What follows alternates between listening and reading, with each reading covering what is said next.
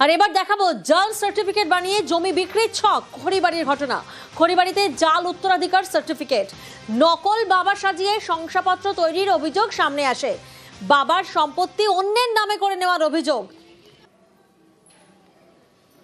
জাল সার্টিফিকেট বানিয়ে জমি বিক্রির ছক। বিশ্বজিৎ আমাদের সঙ্গে রয়েছেন। বিশ্বজিৎ, কিভাবে এই ঘটনা প্রকাশ্যে এলো এবং কাদের বিরুদ্ধে অভিযোগ? দেখো, দশরথ মন্ডলের ছেলে, তিনি অসমের মূলত চাকরি বাবদ ছিলেন এবং চাকরি শেষ করে তিনি যখন বাড়িতে আসেন তার বিভিন্ন সম্পত্তি তিনি কিন্তু খোঁজ খবর করতে শুরু করেন। পরবর্তীকালে তিনি দেখেন তার যে জমি, তার বাবার জমি, সেই জমি অন্য একজনের নামে ট্রান্সফার হয়ে গিয়েছে। পরবর্তীকালে তিনি আরটিআই করেন ও আরটিআই মারফত তিনি জানতে পারেন যে রানীগঞ্জ পানিশালী গ্রাম পঞ্চায়েত থেকে তার বাবার যে উত্তরাধিকার রয়েছে সেই উত্তরাধিকার সার্টিফিকেট জাল করা হয়েছে।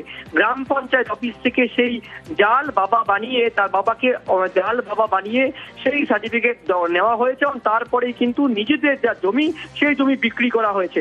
এবং এই ঘটনায় তিনি যখন গ্রাম পঞ্চায়েত অফিসে অভিযোগ দায়ের করেন, পরবর্তীকালে গ্রাম পঞ্চায়েত দপ্তর তা নিয়ে কিন্তু তদন্ত শুরু করে। ইতিমধ্যে যারা এই সার্টিফিকেট পেয়েছে তাদেরকে ডাকা হয়, কিন্তু তারা বৈঠকে উপস্থিত হয়নি। পরবর্তীকালে বৈঠকের জন্য ধন্যবাদ বিশ্বজিৎ। আমি একটা প্রধান বিষয়ে দরখাস্ত করেছিলাম এই ব্যাপারে, যেহেতু বলতে ইস্যু হয়েছে জিনিসটা, কোয়ালিটি ছিল তারা তো ওই উপস্থিত ছিল না, মীমাংসার ব্যাপারে কোনো আলোচনা হয় না আর কি। যদি আমাদের আলোচনার মাধ্যমে সমস্যার সমাধান হয় তাহলে আমাদের কোনো আর অসুবিধা নেই।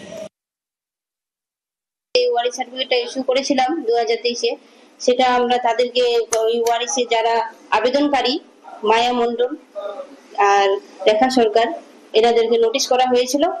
মেম্বার সুপারিশ করেছে বলেই প্রধান ওয়ারিশ সার্টিফিকেট দিয়েছে। মায়া মণ্ডল আর রেখা সরকার যে দশরথ মণ্ডলের মেয়ে হয়, এর প্রমাণ ওনার কাছে রয়েছে। তো এর প্রমাণ উনি নাকি নিয়ে আসবে, তো তার জন্য কিছুদিন আরো সময় দেওয়া হলো।